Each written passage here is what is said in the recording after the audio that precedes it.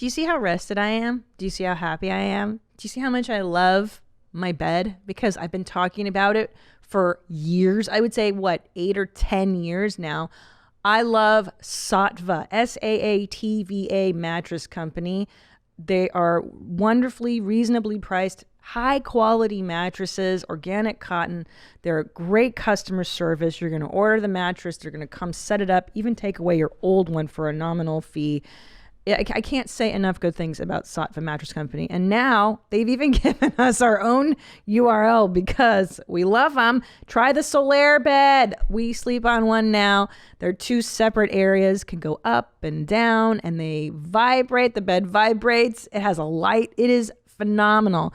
So here's where you're going to go. Saatva.com/theshit. And you're going to get $225 off your order. What? Saatva.com/theshit. And check out that Solaire bed. It's going to blow your mind, bros. All right, Gene. Ready to be counted in? I'm ready. All right. Ready in 5, 4, 3, 2. Yeah. Hey. Yeah. Where my mom's at? Where my mom's wearing thongs, hitting bongs at?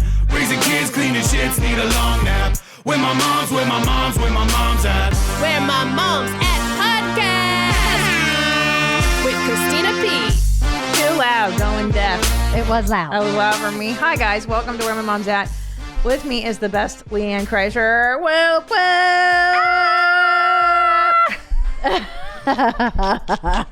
Yeah, how have you been, man? It's been a while. Same shit, different day. Same shit, different toilet. Right? I know. Well, speaking of shits, I am on a 100% plant-based diet this week. How's I just that started. going? So farty. I have been farting so much, and then today I finally took the dump I've been building for 4 days, and it was amazing. Wait, hold on. Sure. You're not shitting while on a plant-based diet? I would imagine the shits would be uncontrollable. Immediate. That's what I thought too, and that's not the case with my body. Your body went into shock. Yeah. That's what happened is your body went, what's happening?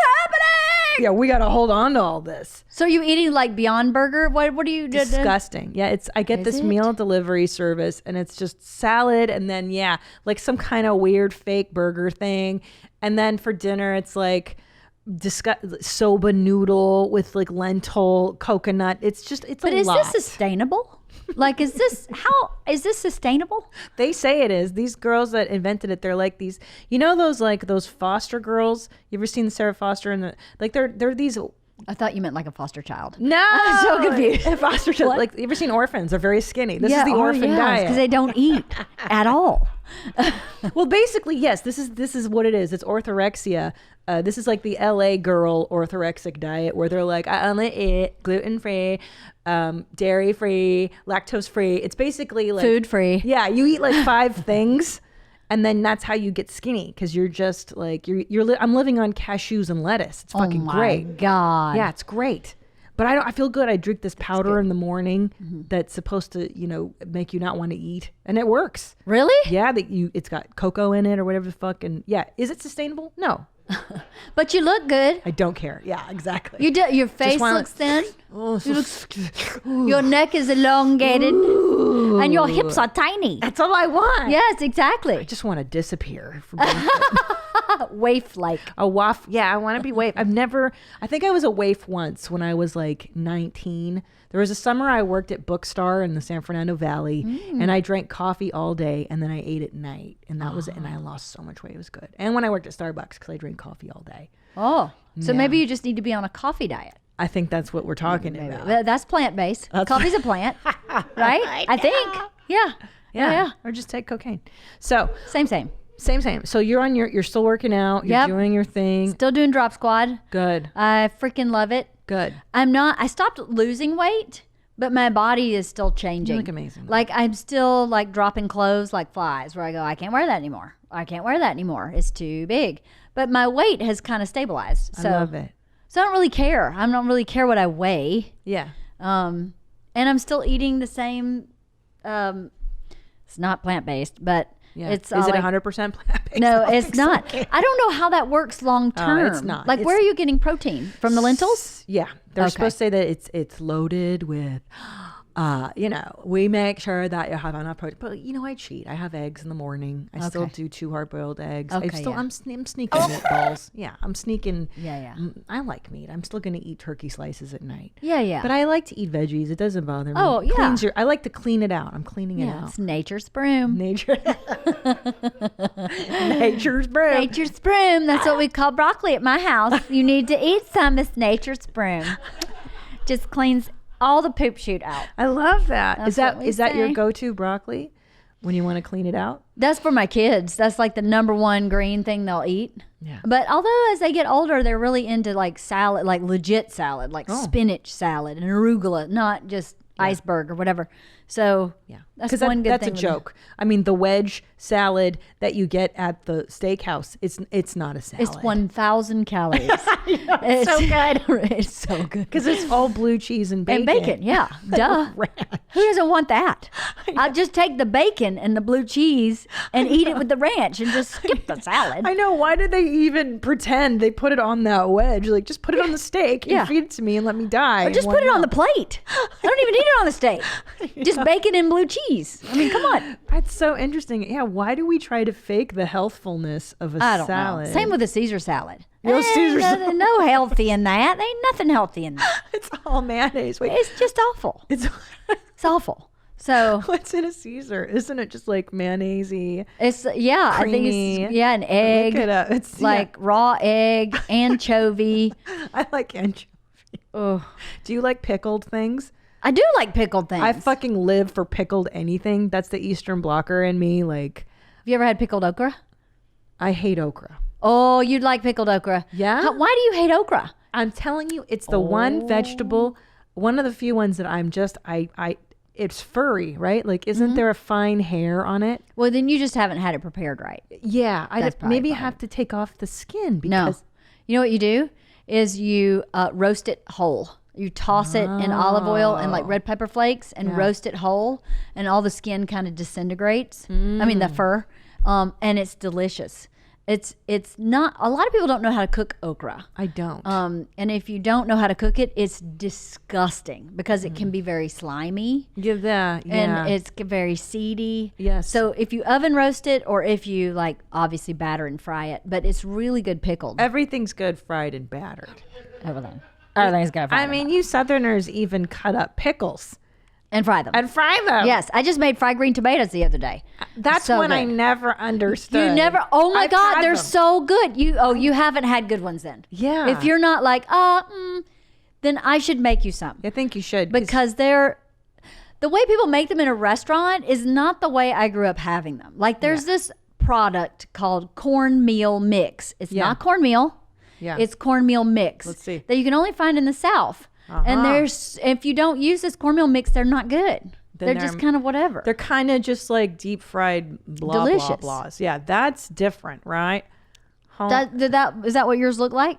All grainy like I that? don't make them, but the one I've had them, they tend to be a little mushier. Like they've sat around maybe, or No. they're not fresh. I think if I got them like fresh out of the... No. You guys, everything you cook at your house is like amazing though. You guys always have really good food. Well, Bert's a great cook. Right. I'm a great fryer. You're great. Have you heard of an air fryer? Oh, I own one. Are the you fuck kidding outta me? here, man. I love that thing. That's what... Well, tell me about it because I just heard about this. Okay. I'm losing my mind. It's kind of amazing. Yeah. I have a combo machine. Okay. It's a Breville. Okay. And it is a toaster oven, Let's look convection this oven, air fryer, dehydrator, and I think it probably washes your car. I'm not sure, but it's a Breville. It's awesome. There's so much shit going on in this machine. It is amazing. So when you air fry, there's like a basket. You see that kind of basket looking thing in there? Yep. You put whatever you're going to air fry on that basket, and I swear to God, it tastes like you fried it in oil. It is amazing. But how? I don't know how this technology works, but like I've tried making like frozen French fries. Yeah. Tastes like French fries from fast food. I've made like Wait, do you like eat this fish and stuff? chips. Can you eat this on your diet? Well, of course not. Yeah, you But only do before. greens and Greens and well, sometimes Protein. though, this is one of my cheats. Is sometimes I'll make like a chicken tender for my kids for lunch, and I'll just toss it on a salad. Okay. But if you do that in fry. there, it's crispy and crunchy, and it has no grease, no oil. It's Buying amazing. It. And that machine you can also use to just like as a toaster oven too? Yes, that machine is a toaster oven, air fryer, dehydrator, convection oven. That's crazy. It does everything. Why would you I love need it. to dehydrate something? Like if you wanted to make dried fruit. Yes. Okay. That's very high in calories. Did you realize Yes. that? Like I love And dried. sugar. Oh my God. I love dried apricots. And I used to think that by eating them, I was like eating fruits. Yeah. And you don't realize that every one of those dried apricots is half an entire apricot. It concentrates. It gets really concentrated. So Yeah, you're your teeth rot on contact. They're so sugary so much sugar. and delicious. So good. And Amazing. But they make your farts smell like sulfur, and boy, do I shit on those. But that's another story. Nature's brew. So much has been going on since we last saw you. I mean, unfortunately, you lost a dog. We did.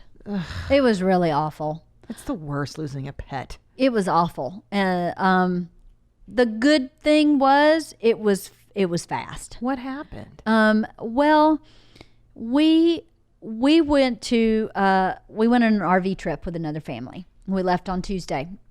Dog was fine. She was limping a little more than usual, but as everybody knows, she has 2 bad back legs. And she's 9. So we were like, okay, so the bad back leg is probably just giving her trouble. So my dog sitter called on Thursday and was like, she's not eating. Completely unusual for this dog. Like 3 weeks before, she'd stolen a whole pound of fudge. Right. Ate the whole pound of fudge. And didn't die from eating the chocolate, because I hear that. No. Now, here's the deal, is that I've learned that about dogs over the years, is that the time a dog really needs medical attention is if they're not eating. 'Cause That's right. Dogs lived to eat. Yes, and if that's they're right. not eating, something's wrong. messed up. Right. Yeah. And my vet says, give it a day. You know, it may be Sure. that they've found something in the yard that upset their stomach. Give it a day. If they don't eat for 1 day, it's like a red flag, but not like 911. Right. If by the second day they're not eating, something's up. So when we took her to the vet, when my dog sitter took her to the vet was like, you need to put her down right now. And we were in the Grand Canyon. We were like, what? We thought this was her leg. I mean, the dog sitter thought it was her leg. And he said, no, she has some form of really aggressive cancer. What? Yeah. Her heart What? Her heart was bleeding out. And the only thing that causes that, they actually never found her cancer. They did ultrasounds, they did blood work. There was no cancer visible in her system, but the doctor and the cardiologist both said the only thing that causes this is a cancer. And because she's a giant breed dog, everything's accelerated. So, you know, their lifespan is shorter because they're a giant breed. So when they get a cancer, it just goes really fast. So the vet said she probably only had it for like 7 days. So What? yeah, so she was only really in visible suffering pain for about 4 days. She had no symptoms at all. I mean, nothing except she was limping a little more than usual. So I wonder if her body was kind of dealing with that pain and wasn't able to deal with the knee pain. So we saw the knee pain, and she was panting, which is consistent with pain, which we thought was the knee. So we just were so shocked. We were so surprised. And, you know, we were really grateful that she lived as long as she did. When she had all her knee trouble, the doctor was like, you might get 5 years out of her. She lived to be 9. So all things considered. Wait a minute. Priscilla was 9? Priscilla was 9. Has it been that long? Because I remember when you got her, and that's wild. It's been 9 years. Yeah, she was 9, July 4th. Oh my gosh. So we were heartbroken, but, you know, but the last 3 hours she was on Earth were terrible. So we were like, she needs to go. I mean, I was like, let's put her in the car and take her to the hospital and put her down right now in the hospital. I don't care. I can't endure this suffering. But the hospital's like, you'll wait for an hour and a half. And I'm like, well, then we may as well stay home. I mean, if it's going to stress her out so much to put her in the car. So it was awful, but it was good that it was short in duration. Yes. Because she wasn't 6-8 weeks like this. Oh my gosh. It was just really 4 days of visible, uncomfortable, and pain. So Yeah. And then Izzy, our new bull mastiff, who's a year old, became very sad. Really sad. They know. Yeah. Because when, first of all, the decision to put an animal down, I think, is worse than just the animal dying on its own. You know, because like FIFO died, he passed away in his sleep, and we found him the next morning, and it was horrible. But you know, my friend said to me, yeah, but she's like, at least you didn't have to make the call when to put them down, because you feel so guilty. Yeah. Like, do they have more time? Am I cutting their life short? Yeah. We did not. You didn't need. No, we were like, put her down. Right. But to make the call is just brutal. Like, it's awful. To end your, and it's so fucked up because, like, can't they make pets last like at least 20 years? Like it's like they die right at that decade mark or so, and you're like, I've become so fucking attached to you. I love you as I do a child. Yeah. And now you're gonna die? Like, it's just so unfair. But anyway, so yeah, when Fief died, Bitsy witnessed it. So she was there when he passed, and like the next day she was so depressed and didn't eat. Yeah. And I was like, wow, they know. They really know that their buddy is gone. Yeah. Our dogs, Izzy and Mona, were both there when Priscilla Mona's passed. still around. Mona's still kicking it. That 14-year-old hoe. Let me tell you something. She is one-eyed. One eye's blind. She barely hears. And she's a biatch. Yeah. But she's still here. She's still kicking it. It's those mixed breeds, though. Yeah, right? It is. The purebreds. Well, and her size. Yeah. I mean, she's 13 pounds. She's just, yeah, that's true. The size, too. Tom says I'm a breedist. I'm a dog racist because I love my purebred Brussels Griffons. Plural Brussels Griffons. But yeah, they have so many health problems. It's just like Bitsy's asshole's messed up constantly. Why? Jesus Christ. Those anal glands need to be milked out every couple of weeks. She's constantly scooting. Yeah. They put a tampon in her butt. What? 2 weeks ago, because the vet was like, maybe this will help soak up the juices so that she doesn't be. It's like an endless problem. Hold on. Yeah. It's my disgusting. dog is currently in heat. Does this mean I could have put a tampon in her? Because that would have been life-changing. In her vagina. No, this was my dog's butthole. Different holes. Yeah, I know it's different holes. I got that part. But I mean, come on. If you can put a tampon in a butthole of a Brussels Griffon, can you not put a tampon in a vagina of a bull mastiff? Probably. But my doctor is one of these like she's like, it's a holistic tampon. She's like, I made it out of like what? What? Is it plant-based? Yeah, 100% organic plant-based. Regular mom, full mom. It's made of cashew powder, and it's gluten-free, and it's soy. Yeah. Oh my God! And we dipped it in fairy dust before we stuck it in his ass. It's okay though. It's okay. No, she goes. She invented this tampon. I swear to God, I think she's like, I put a bunch of herbs together and I put it in her butt, and I was like, okay, when do I take it out? She's like, just next time she's in, and I was like, whatever. But how does the shit pass by it? Well, because it's a duct, so it's an oil. It's called the anal glands. Yeah, so they're just glands. But I don't think it's in the actual hole that the caca comes out of. They might be surrounding the asshole. Look, I don't know. I'm not a vet. I don't know either. But I have similar problems with Mona at the moment. Her old age is a boot scooter. Yeah. And a stinky butt. Yeah, stinky butt. Especially once they express those anal glands, the butt is stinky. I gotta bathe them right away. Yeah. So anyway, so Izzy is now heartbroken, and this is the puppy. Izzy's now heartbroken. So I reached out to the breeder we got Izzy from and said, like 3 to 6 months from now, I think we're gonna need a puppy for Izzy. Yeah. And a couple weeks later, the breeder reached back to me and said, I have Izzy's mom. I know who Izzy is. I don't think you need to wait 3 months. I think you need to get a puppy. And Izzy just never got out of it. The funk. She never got out of it. Yeah. So we got a puppy last weekend. I love it. Who shit on my couch last night, which was fabulous. fabulous. Of course. And you have white couches. I know. Beautiful. Bleachable. That's why they're white. OxiClean. Use it. OxiClean Revive White. Totally. It's the best. OxiClean is the best. OxiClean rocks. Yeah. Yeah, that's what they do. So you are crazy. So now you have... I'm stupid. It's not crazy. It's stupid. Yeah, because my love of my Brussels, I've already decided once my kids are graduated or they're out of the house and they're in college, I'm going to get 4 more Brussels because I fucking love them so much. I'm going to be that crazy dog lady. But that puppy phase is such a deterrent for me. I may just rescue so that I don't have to.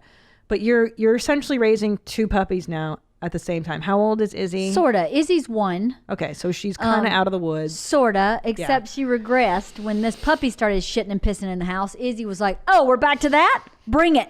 So she's shitting and pissing. How come she can do that? Right? I have a 110-pound dog shitting and pissing in my house at the same time this puppy is doing the same thing. It's been awful. And coincidentally, Isla broke my mop. No. So I'm like, I got no mop. I got piss everywhere. I go on Amazon and order a mop. Where's the mop? Mop's not coming. Amazon Prime. Next day. I look and my credit card's been declined. And I'm like, mother scratcher, I don't have a mop. So I've been mopping my house on my hands and knees. Finally got the mop yesterday. Shit. You know. Wait, but you Amazoned it, right? Yeah, Amazon. Yeah, thank God. You can't. May I suggest? Yes. I got a Bissell steam cleaner for pet messes. Really? Yeah, because Bitsy What is this thing? scoots her butt on the carpet all the time. It's a steam cleaner specifically for dog shit and piss. Really? And they have it for hardwood floors. Yeah, it's like it's just for animals, so you may want to look into that to preserve your hardwood and it's like $200. Shoot. Yeah, I'll buy that on the way home. Yeah. Heck yeah. I know. I'll buy that in the parking lot. Right? Because your carpets and everything get so screwed up by animals. See, you go. Here's Oh, the steam rug mop. is in the yard. Forget it. Oh, the rug is in Forget the it. yard. Yeah. My kids came in and was like, "What happened to the rug?" I was like, "I pulled that thing in the yard." disgusting. It's awful. Well, yeah, for Okay. Bitsy's puppyhood, we just bought rugs on Amazon, and then like once she kind of was better trained, we bought proper rugs for the house. But yeah, that's pretty rad, dude. Fuck, do you crate train? That helps. Yes, It's hard. So wait, how old is the new puppy? 4 months. He's 4 months. He's 50 pounds Oh my already. God. And he's really sweet. Yeah. He's going to be a really good dog. Once we get him potty trained, Yeah. he's going to be a really good dog. Yeah. You know what's super cute is my 4-year-old boy has just figured out how to pour his own bowl of cereal in the morning. And of course, I'm a cool mom, so I get him all the sugary stuff that kids can eat. I can't eat sugar cereal anymore because I'm an adult.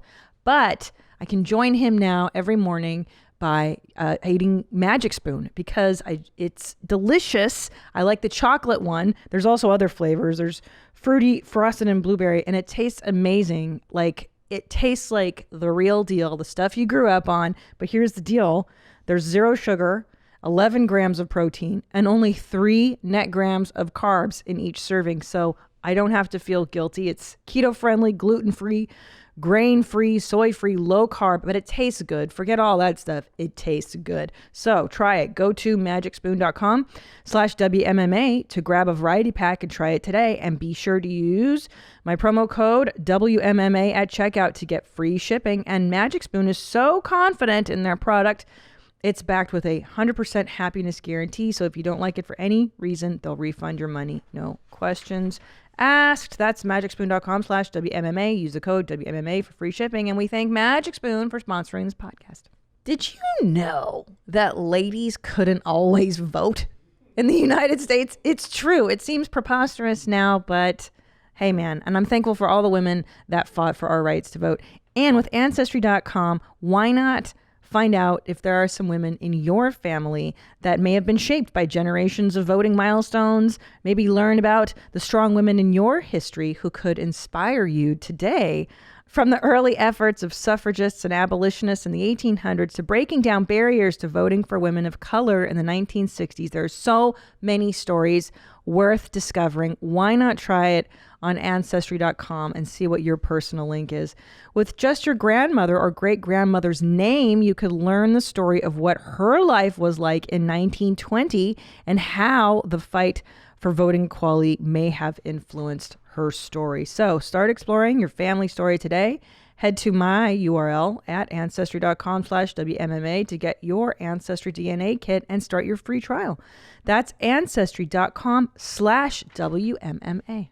So how is Bert handling the lack of attention? Because you've got your focus now on... Well, he's not here. See, he's gone. Oh, he's got his entourage. He doesn't need me. I mean, when he's on that bus, I'm like, it's like bluebirds sing because he has an entourage. So he's not as needy. Like he'll FaceTime me when I'm cooking and he wants me to like figure out how to MacGyver my phone so that he can watch me cook. And who cooks standing in one place? Yeah. You have to go to the stove. You have to go to the fridge. It makes me nuts. And he goes, fine.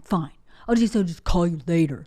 Fine. And I'm like, dude, I'm cooking dinner. It's not like I'm, dating another guy. Yeah. I'm cooking dinner for your kids. See, I wish Tom were a little more needy that way. No, you don't. Yeah. Because he's like such an independent bear, and I'm the Brussels in the relationship. I'm like, what are you doing? What's going on? Can we play? I love you. What are you doing? I love you. And he's just like, leave me alone. I know. So we always annoying. joke that you're the Bert and Yes. Tom's the LeeAnn. Yes. And Bert's constantly like, I wish you needed me more. And I'm like, dude, I don't need shit that never follows through.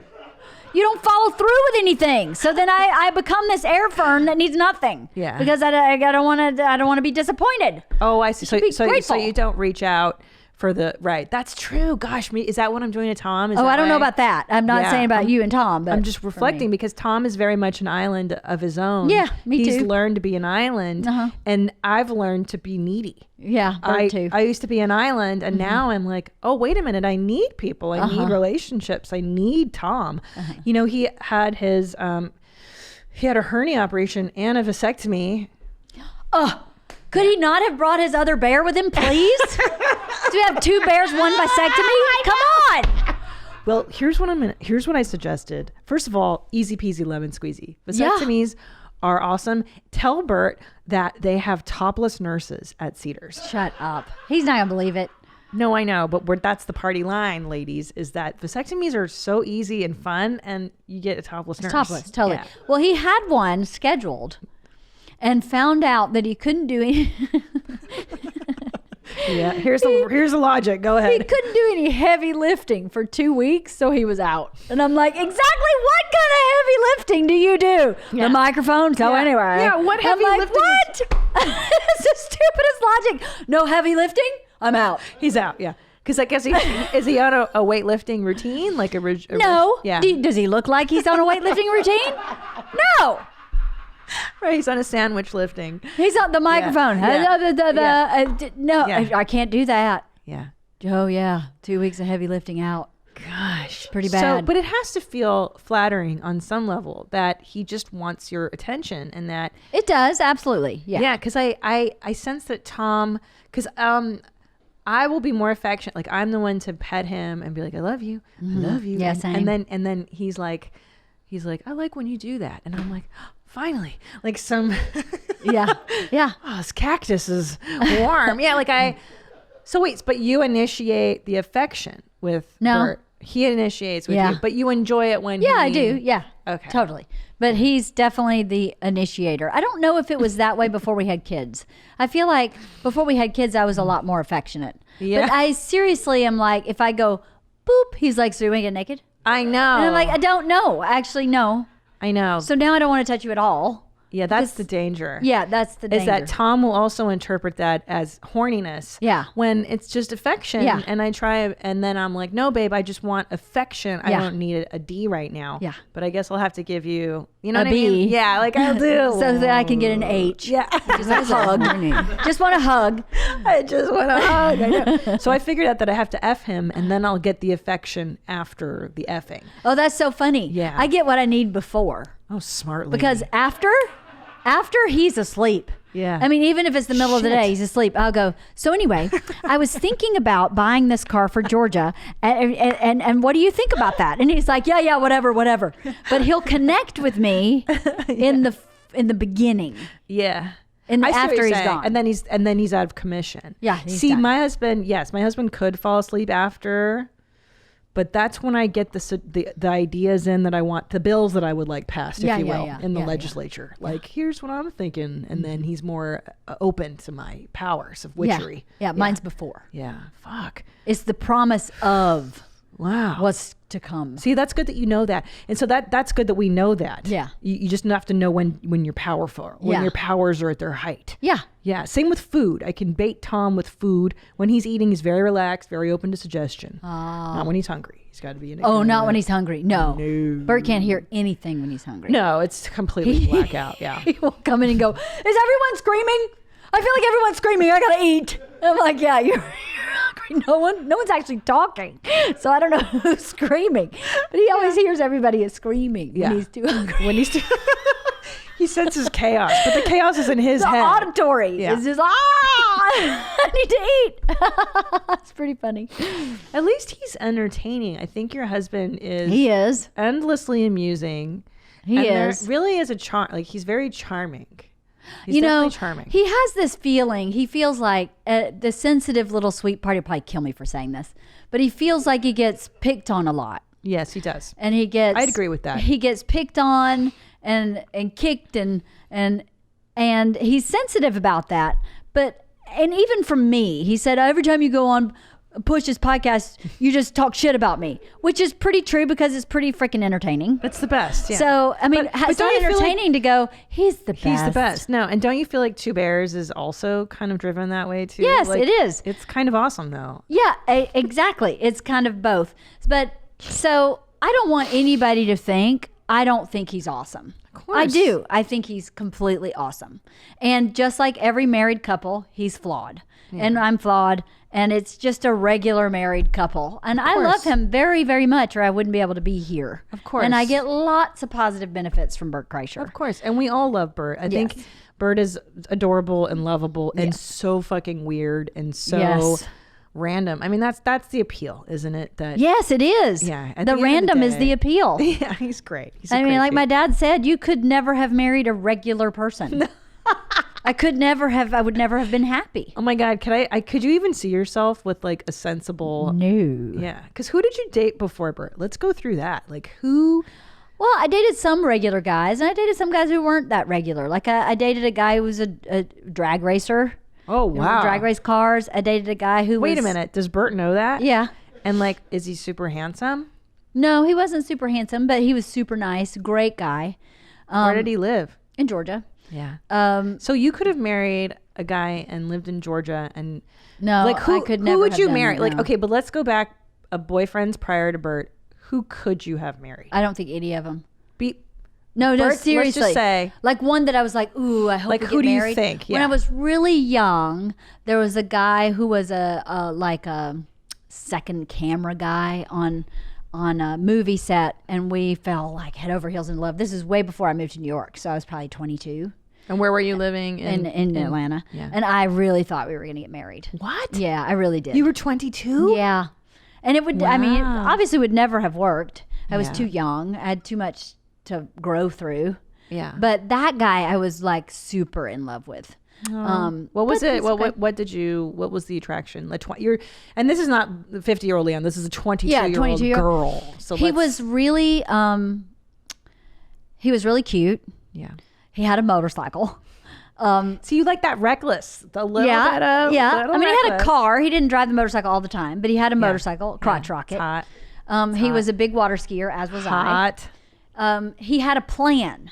He still is a camera guy, and he does all of Clint Eastwood's movies. He's not like a big camera guy. He's kind of down. He's the guy that gets everything ready for the shoots and then makes sure everybody has what they need for camera. I don't know what that title is, but he had a plan. He bought a little piece of land in Georgia, and he was like, I'm going to work until I'm 50, and then I'm retiring. I'm going to work my ass off, and then from 50 on, I'm just going to live my life on this lake and water ski. And I'm like, I'm down with that. Yeah. I am down with that. I can do that. Yeah. I can do that. Loved dogs, loved animals, loved outdoors, loved water skiing, loved adventure. Really cute. Dude, I want to marry this guy. He was If awesome. Tom dies, give me this guy's He was number. awesome, but you know, I'm Just kidding. I love you, Tommy. I Only if you moved. die.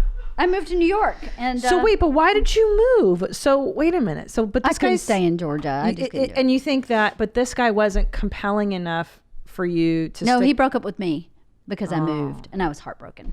Yeah. I was heartbroken for a long time over that guy. He I was a don't really blame you. sweet He guy. sounds like a real winner. He was. Was he handsome? Yeah, he was. What was the D sitch? What's that mean? The dick sitch. Oh, I don't date small D sitch. I never have, never would, never That's have. my girl. No, I have. I don't It's go not small. good. Yeah, I go it's big or bad. go home. You go big or go. I love it. I love it. So that could have been your baby daddy. That's so crazy. But it sounds like you do like, a little adventure. Yeah, A little off the beaten path. off the beaten. Yeah, I've always been a little off the beaten path. Yeah. Yeah. You know what's funny is I'm the complete opposite. Are you really? I like them still waters. I like them average. Like, I like regular. I like. Yeah? Well, no, here's the thing. 'cause But Tom's not regular. No, I think I'm not saying this right. Okay. I'm saying like stability. I like the Tom guy. is stable. Yeah. Yeah, he's very stable. Stability. And I'm like, woo.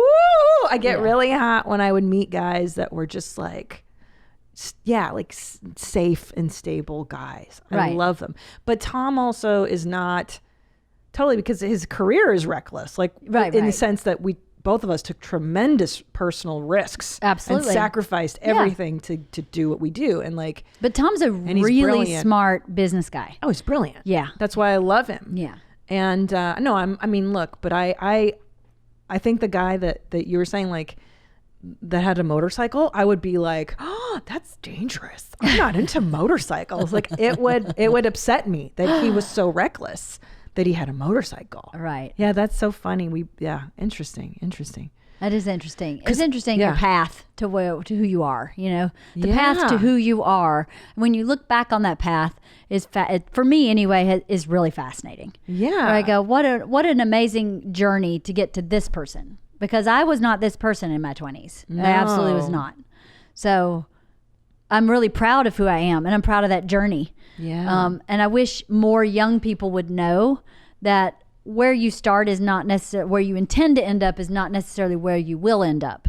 And you should embrace the journey. Yeah. And use resistance as a tool. If you resist something, go, why am I doing that? Yeah. Like when I was first dating Bert, I was like, definitely not marrying this guy. Definitely not. 100% not. And then I had to really look at that resistance. What's your resistance? What are you resisting? The fact that he leaves flossers on the floor? Right. Big deal. You're tiny. really going to say no to love because the guy leaves flossers on the floor? That's stupid. Yeah. So evaluate your resistance. Some of it is for good reason. Yeah. You know, if the guy showed up drunk every night and That's I was different. resistant, then maybe that's a good resistance. Yeah, But some of it, yeah. you have to weigh that stuff. Yeah, for sure. I think because did you watch the Indian matchmaking show? No. You have to watch What it on is this? Netflix. It's Indian matchmaking, and it's about arranged marriages. And it's fascinating because that world is like... I can't even imagine who my parents would have arranged me to marry. Well, yeah, that's the thing. I know, right? You Right? think about your parents and my parents, like, oh no. But... Indian matchmaking. Okay. It's just fantastic because arranged marriage, it's not like what you think where, you know, the matchmaker brings one person in and then boom, you have to marry them. It's not like that. So basically this matchmaker, they come from nice families. That's always the idea, is like, hey, you're from a well-to-do family. Let's vet all the girls in the neighborhood and Right. find someone that's kind of equivalent to your caste. It's a caste system and like looks and education. And they bring like, you know, many, many bomb ass options. And you have an opportunity to meet them and talk to them. And then, yes, marriage moves quicker because they're like, this is the point. You should be married in like a month or two. Right. It's like speed dating. With With help. Yeah. Yeah. So it's when you look at it that way, you're like, oh, this isn't so crazy. Right. Makes more sense. And, but you're right. Like now thinking back, gosh, my parents didn't really have the same set of values that I Same. have. Yeah, no. Not sure that would be a good thing for me. I'm only on my first marriage. Yeah, I mean, same. As opposed to 7. Right. So, although the Right. 7th hasn't happened yet, so 6.5. Right. And both sides of all my parents, I have 4 of them. Yeah, All yeah. married, remarried, and da, da, da. Yeah. So it's like, okay. But anyway, I forgot what the point was about that. I don't know. Oh, the point being, because there's just one lady on there, Aparna, and she's an attorney, and she's like a really brilliant, beautiful woman.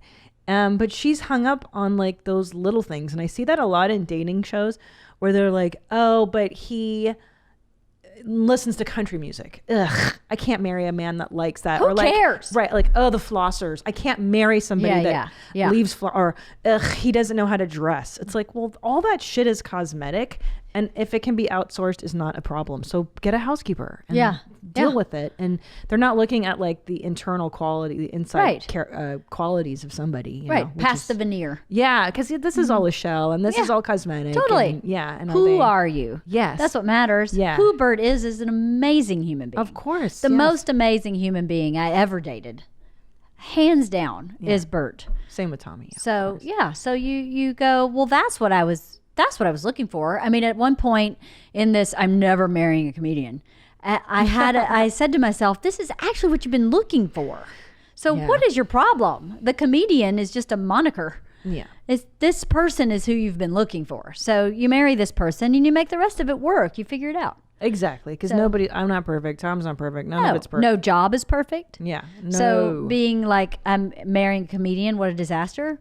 Well, look what a great thing it turned out to be. It very well could have been something different, but you make it work. I know. You know, the person, the relationship is what matters. Yeah, and if you like talking to them and being with them and you like how they see the world, if you share a world view, I think that definitely helps. Yes, a value system. Yeah. Value. That's It's your so value important. system, And I yeah. think, and like with the Indian matchmaking show, for them it was so important to be of the same religion. Like, is he Hindi or culture even? Are they Punjabi? Are they from this region? Right. Because this is how we do shit. And I don't Right. want to have to explain Right. to someone who's an understand, outsider. Yeah, like I totally. Totally, yeah. Totally. And that's why I love Tommy, because his mom was from Peru. Right. And so when I brought him home, it wasn't like, you guys eat, weird blood sausage and you guys are fucking all foreign and weird. Like I can't stand that. I couldn't deal with that. I understand. I mean, Yeah. being from Florida and Georgia, right? It's very similar, like It's craziness. very similar. Yeah. I mean, there's a lot of underlying things in that part of the country that's just known by both of us. And it's so funny being in California. Like this tank top that we designed for his tour, we were like, oh yeah, we just need a Florida tank top. And nobody knew what we were talking about. I had to find it and go, this is a Florida tank top. Oh. You mean with like the huge armpit cut? Well, no, just like it's bright blue. Yeah. And it has neon colors. Yeah. And it's like, It's rad. it's Florida. It looks like Florida. And and so Bert and I knew exactly what we were talking about. Yeah. All bright colors, all really obnoxious. Yeah. And see, all these are super bright colors. I love Florida. Florida is such a crazy place. Florida is like, It's so wild. It's so feral. Florida is like the armpit of America, I think. I don't know. There's a lot worse than Florida. Have you been to Alabama? Yeah, I have. And I still think Florida might be the Really? Yeah. No, I No. shouldn't say that, really. There's a lot of great things in Florida. I have a family in Florida. Yeah. And I've enjoyed a lot of time in Florida. I think what you're saying is there's pockets. There's pockets of confusion. Crazy Yes. shit. Yeah. Same in Alabama. And same in LA, California. Yeah. You drive out of this city and there is some serious fucking true. trash. Yes. Yeah, like True. crazy True. shit. out Very there. true. I was just in Arizona. yeah. Also there, also. Everyone's crazy. I think there. every state Yeah, just every state has that. pockets of trash. They're rogue garbage. Yes, it is. That's true. I shouldn't be bad on Florida. Florida's Yeah. beautiful. I still stand by Alabama sucking though. I I don't know. I spent a lot of time in Alabama. Where? Okay, 'cause I've been where to our lake house is. Birmingham. Birmingham, there's that club, the Stardome. I've done that a few times. That was a fucking nightmare. Was it? I mean, man, the whole trailer park comes out for every one of your fucking shows. That's true. Yeah. Not you that could- I'm offended by trailer trash. I Right. am Euro trash, but it was hard fucking core. Just Yeah. like, no, they're nice. I should say that. There were some really nice fans. Dreamland barbecue sauce. Yeah. Isn't that from there? Don't know anything about Dreamland barbecue sauce. Google Dreamland. I believe that's in Alabama, so I shouldn't shit on Alabama. My Yep, mom's from that's Alabama. the place, bro. This barbecue sauce I live and die by. I buy it Really? online. I have it shipped to my house because I freaking love it so much. Dreamland. You putting that on your plant-based food? No. Shit. I'm gonna cheat and make chicken thighs tonight. I'm gonna pour that shit all over. That's it. awesome. Yeah. God damn it. So anyway, this episode of Where My Mom's At is brought to you by OxiClean White Revive, my go-to product for laundry whitening and stain removal. Have you ever thrown out a shirt because it had a stain on it that you couldn't get out? Do you have white linens that have become dingy over time? I love OxiClean White Revive laundry whitener and stain remover because it can save those items that you thought were ruined or headed for the trash. With 40% more whitening power than chlorine bleach per load and none of the negative effects, OxiClean White Revive works like magic. It maintains brilliant whites and revives dingy whites to keep them looking like new longer. It gently lifts away stains while brightening and restoring whites. It's safe on colors, and there's no risk of chlorine bleach spills or splatters hairs or that harsh smell. You've got to try OxiClean White Revive Laundry Whitener and Stain Remover for yourself. To work your magic with OxiClean, go to OxiClean.com/tryme and order a free sample. That's OxiClean.com/TRYME for a free stain fighting sample while supplies last. OxiClean, work your magic. I am a huge fan of Raycon wireless earbuds. I go for a walk every morning in the neighborhood, and I love these earbuds because they last for 6 hours. A lot of the ones I've used in the past don't last that long. The sound quality is phenomenal. The bass is fantastic, and it fits perfectly into my little ears because I do have tiny little ears. And you don't look like a dork. I mean, I've used other earbuds where you look like Shrek with like those corks coming out. I love the design. They're super comfortable. They're perfect for conference calls or listening to podcasts. And yeah, they're stylish. They're cool. So here's what you're going to do. Now's the time to get the latest and greatest from Raycon. Get 15% off. That's a lot off your order at buyraycon.com/WMMA. That's buyraycon.com/WMMA for 15% off Raycon wireless earbuds. buyraycon.com/WMMA. Let's do this. I want to tell you. So I've Rob Eiler came on Your Mom's House. Rob played AJ in that show Sopranos, Tony Soprano's son, and what's her name? Jamie Lynn Sigler came on. They're fantastic. And I have all these things that I've been doing my whole life because of my communist upbringing. But now as an adult, I realize that I don't have to do them the same way. Now, I had a new epiphany that I can use 2 towels last week or the week before, meaning when I get out of the shower, I can put a towel on my body and then one on my hair. And the thought before was crazy to use 2 towels. Who's wasteful like that? Right? Are you a 2 toweler? I'm a 2 toweler, baby. You know it. And you've been that way your whole life? Whole life. Yep. Wow. 2 towels. Now I'm surprised because you're very... I use the same 2 towels all week. Okay. But it's 2 towels. It's not a single use 2 towel. Okay. You must use it at least twice. Right. And I only take 2 baths a week because I'm redneck. I'm joking. Just kidding. Yeah. No, I do use it 2 showers. Okay. Then, yeah. Okay. 2 towels, 2 showers. Wow, you're better than me because I think I just... What were you doing before? Don't even... Were you doing the body and then your hair and then you're naked? Yeah. So what I would do... But that's freezing. It was terrible. And I'd complain about being cold and wet. No, here's what I would do. I would get out of the shower. I would just wrap the towel around my body and then pat, and then let the water drip from my cold hair. And then go get dressed and then be angry because I would pull on my wet clothes and be like, why is this sticking to me? This is very communist. This is terrible. I know. And then after I was done with my body, then I would have the luxury of putting it on my head after it had been on my body. So I would put a wet towel on my hair. You grew up really backwards. I know. That's backwards. Nobody taught me that it was okay to use because it feels wasteful. I understand that. But we never extravagant. We have 2 different towels. We have a hair towel. What? Yes. What are you talking about? Yes. Even in my little redneck upbringing, the hair towels were smaller. Yeah, but they don't fit around my head. You're talking No, about... no, not a hand towel. There's like a bath towel. And then there was these smaller towels that wrap around your head perfectly. No, not that. Not the Turby Twist. And by the way, a lot of you think the Turby Twist was around in rural Georgia in 1972? No. But No. people have been emailing me, hey, try the Turby Twist. I have in the I don't 90s. like them. It fucking sucks. Yeah. It's not absorbent No. enough. Okay, I don't like those. But I have those too, and I don't like them either. they suck. They make me cold. Yeah, me too. It's not good. They make me cold. I don't like them. So you're saying that you would have a special hair towel and you would use that growing up? Well, even at Target, you can buy 2 Wow. sizes of bath towels. One is like a smaller size bath towel. Right. And that's what we use for our hair. And then Okay. the bigger bath towel is what we use for our body. Like a big... Okay. Like a Wow. big towel. I mean, I am just blown away. So I've been making notes about all these small things over the years. Tell me what else. Okay, so I'm super excited. Yeah, I know. I love this shit. I do Don't you too. love it? It's awesome. I know.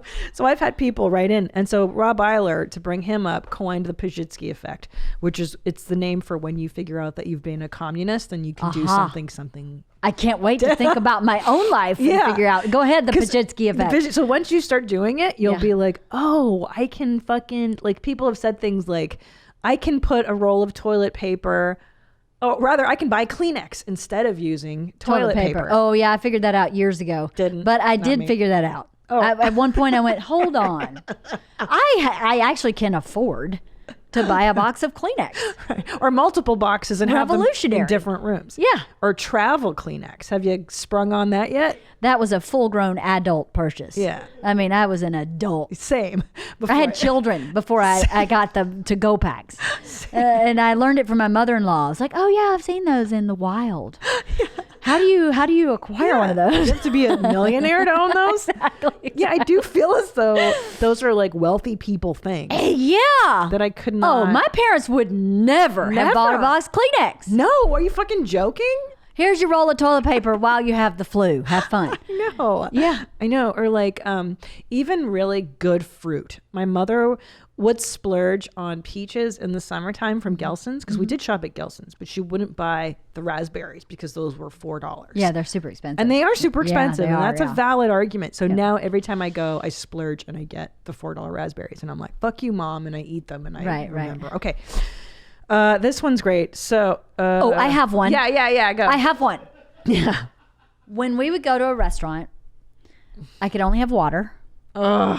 I could never have an appetizer. Oh, that's right. I could never have one either. Never. Yeah, never. No salad with dinner? No. Thank you. No dessert. No. You go, you get water and an entree, and you leave. And I remember going, wait a minute. I'm paying this bill. Yeah. I can order an appetizer and a dessert. Yeah. And a drink. Yeah. Holy cow. Yeah. And my Soda. dad still comes. It took him a while to go, yeah, I'll have a salad. And I'm like, Daddy, get whatever you want. You know, it's just so counterintuitive. Yes, I think that my parents too had a real problem with the idea of an appetizer. Yeah. Of like a full multi-course meal. So expensive. So Yeah. extravagant. Yeah. Yeah. Wait a minute. Who are you? Who do you think you are? Yeah. Like to get like nachos or. No. I remember my mom had no problem with the bloomin' onion at Chili's. Oh, well, that was a splurge. That was a splurge. Yeah. It's pretty special, that blue. It's only 5,000 calories. I know. Right? It's not good for Probably you. not air fried, but it is Not- plant-based. It is like, but you dip it in like barbecue sauce. It's not even barbecue sauce. It's barbecue mayonnaise sauce. It's so fucking Is good. it barbecue? I think it's barbecue and ranch. Yeah, shut up. I think it is. so white Have you ever trash. had barbecue ranch together? No. Oh, life-changing. You know, there's a woman in my neighborhood that makes homemade ranch dressing. I should bring it to you. It is Bring the it. best thing ever. Nadav will disagree It because is- he thinks Wingstop's ranch is. Oh, put on your headphones. He wants to talk to you. He's got a word for you, LeeAnn. You got something to say to me about ranch dressing? First of all, let me just say, homemade ranch trumps any type of restaurant ranch. Oh, Yeah. okay. I thought you'd be Totes. opposed No. to Straight it. out of the bottle sucks. But if it's a homemade sucks. recipe, you Oh, no, know it's it's homemade. good. Well, then I will. Shoot. She delivers them on Thursdays. Holy shit. Yeah. what? Get me in on your next order. I'm so down. Okay, I'll come drop it off to you. I'd be happy to do that. I had to buy like 2 vats of it for the tour bus because they put it on everything. And if you mix it with barbecue, Shut up. it's really good. All right, we're doing that. And you can mix it with like wing sauce. I love wings. Woo. That's really Did you hear good. him? You're just checking all his boxes. Okay. This is how I keep Bert happy. Yeah, Homemade ranch. Yeah, I love ranch. Okay. Not a foreign baby at all, just an American bred by idiots over here. I just recently at age 27 realized I don't have to peel open tape on boxes with my fingernails and pry them open. I can simply use a box opener, scissors, or even a knife conveniently located. Right? You might be a redneck here. Right. But who doesn't do that, right? Where you're like, I do it. I do it too. I just go like this and rip it, and then end up ripping the cardboard. It's so stupid. I do it too. You're in an like idiot. kindred spirit company Yeah. here. Okay. Growing up, I was never allowed to touch the remote or change the channel on the TV. Even if I was alone, I would just turn the TV on and watch whatever show was playing. It wasn't until I was in my 20s that I realized I paid the bills in my apartment and I could change the channel whenever I want. God. I think that actually is abuse. Yeah, that's You're past the Pizzitsky effect there. yeah. You were abused. You should seek counseling immediately. Yeah. Right? Oh my God. Yeah, I think that's Samantha. You need to see a therapist because that's. Now this is absolutely true, and I identify with this because I just did this. I could have written this. I always thought only Prego or Ragu were the only pasta sauce options. 100% same. Yeah. Prego and Ragu, which are arguably like they're crappy, Yeah. but they're crappy good. It's like Yeah. eating Round Table pizza and being Yeah. like, that's the only pizza there is Round Table. Yeah. It's just Yeah. shitty. When I didn't grow up with any Italian food of any kind. So I had no point of view for any of that. I didn't even know what You didn't- Prego was. You have spaghetti sauce in Georgia? No, we didn't eat spaghetti. No. I didn't have Chinese food till I was 27 years old. What? Swear to God. Just eat fried pickles and Yeah. what the fuck did your mom feed you? I mean, nobody ate any of that. We got a splurge on Fridays. We got a Chef Boyardee make your own pizza. I love Chef And we thought that was amazing, but I was always at my aunt's house. My uncle Steve always had to have a pork chop. He was not eating any of that Italian food. Wow. And it's like Chef Boyardee make your own pizza. Come on. Wow, that's funny that's considered Italian. Oh yeah, that's That's- Italian food. That's true because on the road, in certain parts of the country, you'll be like, "Is there an Italian restaurant around here?" And they'll be like, "Well, the Olive Garden." And Yeah. I'm like, "That's not." Yeah. That's like saying McDonald's is like cheeseburgers, even though it is. It's like Yeah. junkified. Yeah. Okay. When I started dating my wife, I was making pasta for dinner, and she saw I had Prego. She stopped me, took me to the store, and we got Rouse. Wow. Rouse is the best. It is good. And can I tell you, that one, Rouse, I just upgraded my life to Rouse about 5 years ago. Mm-hmm. And I had to talk myself into it because it's expensive. Yes, it is. Rouse is RAO apostrophe S for anybody who's looking for a good Prego substitute. It's so good. It's but really good, It's yeah. expensive. You're Yeah. going to spend like $6 or something on It's bougie. It is bougie AF. But it's so much better than anything It is out really there. good, It yeah. tastes like real sauce. Yep. Homemade. It tastes homemade. So I did the exact same thing. Okay. Hi, main mommy. I'm 22 years old. Okay. I realized that instead of wearing mismatched, same colored socks, which is completely absurd and used to leave me mismatched, same colored. Okay. Meaning, like you can, like two black socks, but they're not a pair. they're not the same Got it. brand or this. They don't belong together. Got it. Yeah. I can simply dispose of / repurpose all of my old socks that no longer have a twin. For years, I let myself wear mismatched socks when clean pairs are nowhere to be found. Instead of hunting and hoping for a socks twin to rear its head, I can just forget the little shit and move right the fuck on. That's so true. Yeah. But I'm not super hung up on matching socks. I mismatch them constantly, and I don't care. Well, I have a single sock box in my laundry room, and inevitably the other sock shows up like 6 months later. I have no 6 idea where. months? Yeah, and if it's 6 months and it hasn't shown up, they become dog toys. Yeah. You put like a water bottle in a sock, and dogs are like, "Bring it!" Yeah, They love that shit. And they'll destroy it in a day. So See, I've given up on my single sock drawer because we have that, and then it just like it becomes the land that time forgot. Like Yes, no one yes. gives a shit about those single sockers. Yeah. Okay.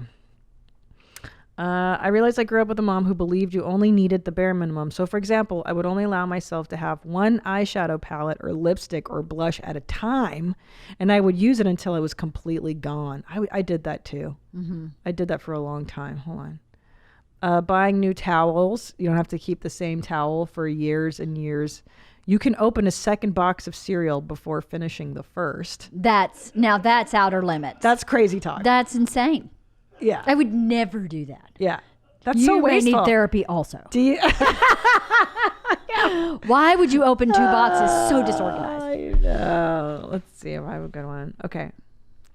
So when I was a kid, my dad would tell me I shouldn't wipe after going pee because boys don't wipe. And up until I was 15 or so, I never wiped after going pee. I always thought it was strange that my friends would ask me to get some toilet paper when they were just peeing, until I realized I don't have to let the excess piss get on my panties and jeans. Who knew? I don't think Bert knows that you can wipe after you pee. I'm pretty positive. Oh, no. Because it's all over the place. He still. After. Like it's it gets on awful. his pants and stuff. Like he has Pants? a wet spot. Oh right. That wouldn't affect me at all. It gets on the seat, Oh. on the squatty potty, because we Yeah. have a squatty potty, and I always walk in and go, oh my God. But how do you wipe that thing though? Your dick? Yeah. You wipe your dick hole? Just go, doo, doo, doo. Yeah, guys, how do you wipe your dick hole? I thought you just shake we it off. don't. You don't wipe it? You shake it off, but older men have that issue too where you need They to dribble? wipe your Dudes don't wipe their dicks after peeing. maybe you don't, but that guy does. No. That was a lady that wrote it. No. No? No. No. Oh, because I see what you're Panties. saying. Her panties The were dad said Yeah, I shouldn't because her dad was used to raising boys, Oh my god. and so he never knew. Yeah, that this girls is need to child wipe after services peeing. stuff too. Oh, totally. That's a Yeah. girl? Yeah, that's a girl. Oh, That's child honey, services. Yeah. wipe yourself. Yeah. Wipe yourself after. Yeah, that's bad. Moisture in that area for a prolonged period of time, bacteria. Really bad. And I see bueno. these chicks in my neighborhood that they wear the Lululemon athletic pants, the yoga pants, and they look great on these chicks. But I'm like, if you just worked out and you've got a sweaty cooch, Yeah. you better take those pants off ASAP because you're going to get a yeasty. Yes. That happens so fast. Like that. I know. You got to air it out. quickly. Yeah. Wow, I feel like telling them that, being like, excuse me. Are you airing out your vajay? Because if you're not, you should. I'm new to the neighborhood. If you want to come over anytime. Take it from me, lady, because I learned my lesson the hard way, right? Like, Yes. I take off my workout clothes immediately. Yeah, me too. Yeah, I don't stay in them, no. Yeah, but I see these nasty bitches walking around. They Getting probably didn't work out. You They're think just wearing the outfit. just being imposters and wearing the Totally. Lululemon gear. My friend and I talk about this all the time. She's like, I don't understand why people wear that as like streetwear. I know. But they do. People do. Wear it as like, oh, I'm going to put on my workout gear and then never work out. That's so foreign to me because I feel like I look so terrible in my workout gear. Like, it's the least flattering shit that I have. Like, it's not, I don't like wearing tight ass stuff. Well, I think it's about, for some people, I think it's really comfortable. It is comfortable. The pants are, Yeah. if you wear something over it. Yeah. All right. Oh, shit. whatever. Oh, fuck me. Have you tried there's a follow-up. Oh, I don't know where it was. Menstrual cups. Have you seen this I'm shit? not doing that. I'll just tell you right now, I'm not doing that. I know. I am not that progressive. I'm not either. And like, they're so popular, and I see the ads on TikTok for them, and bitches be using the menstrual cup. Oh, here it is. Why don't I have it here? Maybe I dropped it. Oh, I probably took away the ads. Here, you've got to die. Hi, Mommy Tina. I'm a cool mom who's been using a menstrual cup for years. Since the birth of my little jeans, my vag has been all out of whack, and tampons slip and slide out of my cooch on heavy days. Yes, the menstrual cup is nasty, and you do have to get pretty deep and well acquainted with your lady bits. But with some practice. Hold on. Yeah. You put the cup inside your body? Yeah, Google menstrual cup. I'll show you. Like, so when I'm on the talk, I see this commercial. They're marketing towards younger ladies. They're like, and a lot of girls are using them. The younger generation, I think they're into this. See how it's shaped? It's shaped like a not a diaphragm. Kind of. Well, there's one that's shaped like a diaphragm that I see advertised. And you kind of pinch it and you put it up there, and then it opens up, and then you pull it out, and it's full of blood, and you wash it. and Pass. it's I pass on all of this. know. There's no way. I know. Sorry. I'm not that progressive. I'm not. I don't want to be that involved with my menstrual blood, but bitches love it. Look, she says the best part is you can use the cups overnight, unlike tampons, and even some types while you have sexy times. Try it out. Piss on me, beat me. So Amanda from Cincinnati, thank you for writing in. Wait, how do you have sex with that thing in? So you put it up so it kind of covers your cervix, right? So if it's high up enough, it'll block the blood, and then you can still have period sex is the thinking. Some people have small penises, I guess. It doesn't go all the way up to the menstrual cup. You have a little teeny weeny peeny. Yeah, I don't know, man. Teeny weeny peeny. Oh, I can't do it. Okay, what are the follow-up voicemails? Let's hear some voicemails from follow-ups, and then I have a segment I want you to get in on. Weird stuff I thought I'd never say. Like to my sons, what did I say to him last week? I was like, stop licking my face or we're going to bed now. And I was like, that's so funny. I should be writing these down so I had people email. But first, let's get to some follow-up voicemails. Go ahead. Hey, Christina. I was calling about your mom opening a credit card in your name when you were 14. I wasn't 14, but my parents totally did that, specifically my stepdad, and I didn't find out until my credit card or debit card declined when I was trying to buy some new clothes at Delia's. And it never occurred to me why, even though at the age of 16, 17, I was working 30 hours a week, I never had any money and always had overdraft fees. But yeah, that was fun, just sharing some good childhood memories. And my parents weren't immigrants. They were just really terrible American parents. Fun. That's terrible. Terrible. So that's in response to last week when I discussed how my mother opened up credit cards when I was 14 using my social security number. And it was under the ruse of like, this is good for you. You establish good credit. You need good credit. And she would spend just like $10,000 at Nordstrom. And I was like, this is insanity. And she would hide money in my name too. So I would receive these bank statements in my 20s. Oh my God. What? What? Like my tax statements. And I'm like, I don't have this money. She's like, you do now. That's crazy. She didn't have money. And first of all, Delia's, she references Delia's. Did you ever shop at Delia's? Never heard of it. Shut the front door. Will you look up Delia's? Let's see if it's still around. So Delia's was this awesome catalog that, this is before the internet. You would shop in catalogs and it was like the dopest shit. 90s clothing. Oh, it's gone. Delia's. Yeah. It was like the hippest place to buy clothes when you were in your late teens, early 20s. And it was a catalog back in the day. So shout out to Delia's. That shit was dope. Kin Euphorics. I am a huge fan of Kin Euphorics because mama likes to drink alcohol, but I don't always want the hangover or the calories. And I'm really a huge fan of Kin because it's a drink you can have while you're socializing with your friends. Maybe you're doing your Zoom drink dates and you drink this and you feel happier, you feel lighter, you feel a little something, but it's not alcohol. It's chock full of good stuff and none of the bad. Adaptogenic herbs and mushrooms, plants that help curb stress in the moment and over time. These are called nootropics, brain vitamins that support cognitive function and clarity. Anyways, I don't know what exactly. They know the science. I know that I love this. It's sparkling. It's smooth. It's a little tart and it's fun. It's a fun drink that you're not going to feel guilty about drinking, which is fantastic. Only 6 calories per serving, 0 sugar. Want to try it for yourself? Go to kineuphorics.com and use discount code Christina P at checkout to get 15% off for the next 30 days. Kin Euphorics, bliss up your cup. With all that's going on in the world, so many of us are feeling anxious and depressed. Below, of course, everyone is. And I know it can be hard finding a doctor to talk to, especially now. And that's why I recommend Plush Care. Plush Care knows your mental health is just as important as your physical health. Their primary care physicians are here for you 7 days a week to help you start feeling better as soon as possible. In addition to being primary care physicians who handle ongoing and urgent care, they also treat a wide range of common mental issues, which I stress is always very important to take care of. Do you have anxiety, depression, stress, or even trouble sleeping? I say check into Plush Care. If you're feeling down, worried, or just not like yourself, you can book a same-day appointment, no waiting, and see a Plush Care doctor right from the comfort of your home using your phone or computer. They'll discuss treatment options with you and have your prescription sent to your local pharmacy as needed. And they accept major insurance carriers. So Plush Care makes it easier than ever to take care of yourself inside and out. Start your membership today. Go to plushcare.com/WMMA and start your free 30-day trial. That's plushcare.com/WMMA for a free 30-day trial. Plushcare.com/WMMA. What's the other follow-up voicemail there? Hey, mommies, just calling because you said, what's the longest you've ever gone without a shower?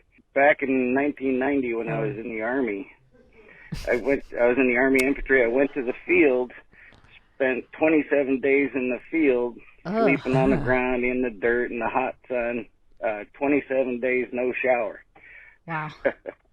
With 2 pairs of clothes and 10 socks. So, just wanted to throw that out there. Anyway, have a good day. Disgusting. Quit me beating you, all that special stuff. circumstance. Yeah, that's not fair. He's he's in the shit. so to Special speak. circumstance. Yeah, that doesn't fucking Doesn't no. 27 days, but could you imagine what his nuts smell like? No. Do you ever smell Bert's nuts? Are they that Oh, gross? fuck yeah. Yeah. Oh, yeah. Yeah. Very cheesy. Yeah. And because he touches, doesn't he touch his nuts and then touches your face? Well, he'll touch his nuts and then I'll smell his hand. Like he'll do something and I'll go, oh yeah, you've been playing with your balls. He touches and then Oh my God. a lot too. Yeah, that's right. That Tom mentions that Bert loves to smell his own smells, and he's always smelling his hand. everything. He's smelling everything. Yeah, he smells everything. When he wipes, he smells it. When he That's disgusting. yeah. 'Cause I know what my own caca smells like. I don't need to know. Yeah, but you smell it when you're making brown. You smell it around you. You don't need to get in there. Agreed. Yeah, and is he into your smells that way too? Like I think so, but not really. Not. No. I guess he doesn't not. like have to smell your armpit after you work No, out. no, like, no, yeah, no, what do you no. smell like? No. Yeah. He's only self-obsessed. This is so funny because I like Tom's smells. I like my own smells too, but I don't smell myself as much as Bert does. But I enjoy my own smells, and I enjoy Tom's bad smells too. Like I kind of secretly like when his armpits smell. He smells like onions, and then I like that I can smell what he had for lunch in his beard, even though it's repugnant and gross. I'll be like, ooh, it's cheese. He had cheese. I can smell the cheese in his beard. I like this part of Bert right here. Yeah. This part smells really Smelly. good. Yeah, that's the man smell with the hair. I like that part right there. Yeah, that's a good smell. It smells really good. Other than that, pass. You know what I secretly enjoy the smell of too? Is dog breath. Like, Oh, I like dog breath. yeah. I do, especially puppy. But I like dog breath too. Puppy breath. Yeah. You know what I like? If you smell in the middle of the paw pads. Yeah. Oh, Yeah, I I love like that dog smell. Right in the middle. Yeah. When we were putting Priscilla down, I just got one more sniff of the paw. One more sniff of the paw. It was one of my favorite things. They to smell like Fritos. a little bit, yeah. Yeah. I love it too. So cute. But I remember his mouth smelled so bad because he was so like old and he was a rescue, so his teeth were bad from the jump. And like I like a really stinky dog mouth, like when they smell like a fish market in Chinatown. Well, Like, come over. You can smell Mona's mouth. Mona smells like death. Her mouth smells like death. I secretly enjoy it. Yeah. Yeah. Bitsy's mouth is starting to get bad too, and I like it. I'm like, You oh, do. it's stinky smells. Okay, so here we go. Is that it for, okay, let's get into things I never thought I would say. I haven't written any down this week. I'm not, let's do keep those on because I want to do the voicemails. Let's check the voicemails first on weird things I say to my kids that I never thought I would. Hey, Mommy, just wanted to share my weird thing I didn't think I would ever say in my life. The other day, I was going upstairs leaving my twin boys alone, and I had to tell one of them, Emiliano, please tell me if your brother puts his hand in his butt. And I have to do that as a precaution because he's constantly doing that, and it's kind of gross, and it was just a weird thing to say. But I said it. Anyways, thanks so much. Love the show. Yeah, That's funny. You say that shit a lot with butts and You do. stuff, and don't put that on your butt. Yeah. Don't wipe that. The other day, so we got this thing where my 2-year-old likes to flush. He's in the toilet flushing stage, and so my 4-year-old will take a dump. As he's taking a shit, the 4-year-old will be like, "Okay, Julian, you can flush." Like he gives Julian the task, the permission to flush, and it's really cute because it's like they shit together. It's like a group effort. Yeah. Okay. Here we go.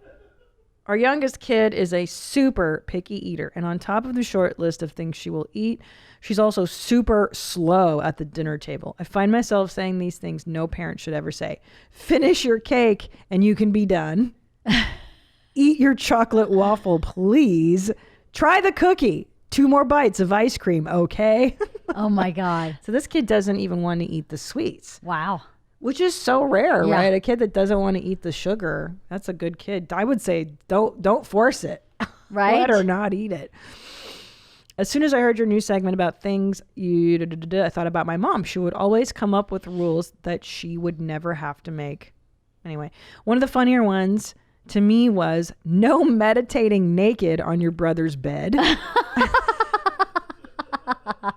That's a loaded statement. That's a loaded one. Didn't your mom make you meditate? Uh-huh. Yeah. I hate that Not shit. naked, and I don't have a brother, so No, I thank know God. that applies. But How did you meditate as a kid? I can't even imagine. I was given a mantra. And for a child, you're supposed to say the mantra to yourself while walking.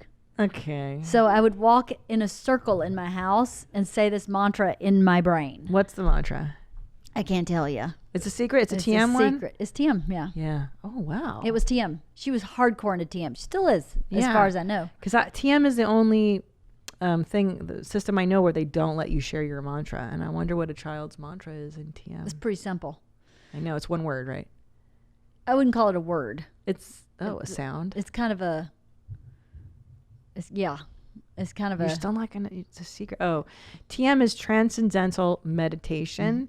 Will you look it up really quick? I'm trying to remember the name. So the Beatles made it really popular. Maharishi Mahishi Yogi. Yeah, was the yogi. Yes. Maharishi Mahishi Yogi. I think yogi. is how you say it. And so the Beatles went to India and learned Transcendental Meditation with the Maharishi, and popularized it in the U.S. in the 60s. And so you have to pay a bunch of money to learn how to do it, which is, I don't know why they do it. I think they want to keep it kind of elitist that way, which is super weird. I don't know.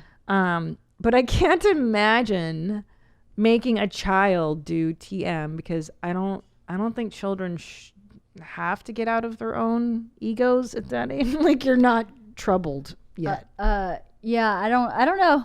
I guess she had issues with control. So, Yeah. I mean, you had to be, I don't think you could learn how to meditate until you were 10.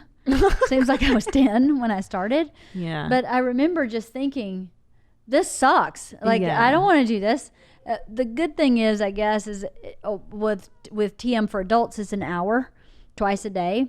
But for kids, it's only 20 minutes twice a day. Oh, wow. So it's a little reduced. An hour? Your mother because in TM, the one that I learned, I just did it like 2 or 3 years ago. Mm-hmm. They only require two 20-minute sessions a day. They don't changed do their an policy hour. then, because when my mom was doing it in the 70s, it was 1 hour in the No. morning and 1 hour in the No. evening. It was 2 hours a day. It's a full-time job Yeah, to right? fucking be an enlightened being. That's No. terrible. It was an hour in the morning, an hour in the evening, and mine was 20 minutes twice a day.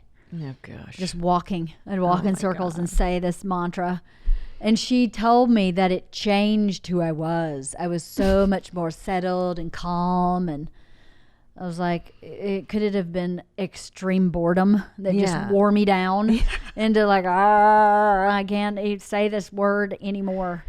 But yeah, because they say it helps for people that have PTSD. It really helps calm you down. But a child, I know, because I see that shit too. Like Oprah would advocate making children meditate, and I'm sure that it does. It's fine on certain people, but for me, I'm like, to make a little kid sit down and do that just seems really not necessary. And 5 minutes seems abusive. like Yeah. good for a kid. 5 minutes of just like calming Just your sitting mind. the fuck down and sitting in Yeah. the dark with your head on the desk. I think that's what we did. That's what we did. Yes, at school. That's right. Put your head on your desk and just Yes, chill that's the right. fuck out. That's Yeah. right. And there's plenty of apps like Calm, or what's that other? There's another app where they'll do like a 5-minute guided meditation.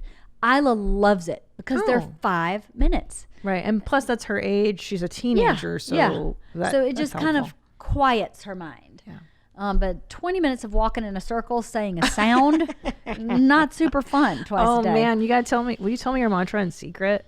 I'll tell you in secret. I'll tell you my mantra if you tell me your mantra. Okay. Well, we're breaking the TM rules. I know. We're gonna get kicked out. Why does it have to be a secret? It's so silly. I think it's supposed to be sacred. Oh, all right. Then I'm not sharing it with you. Yeah. It's supposed to be sacred. Okay. Let's listen to other things parents say. Voicemails.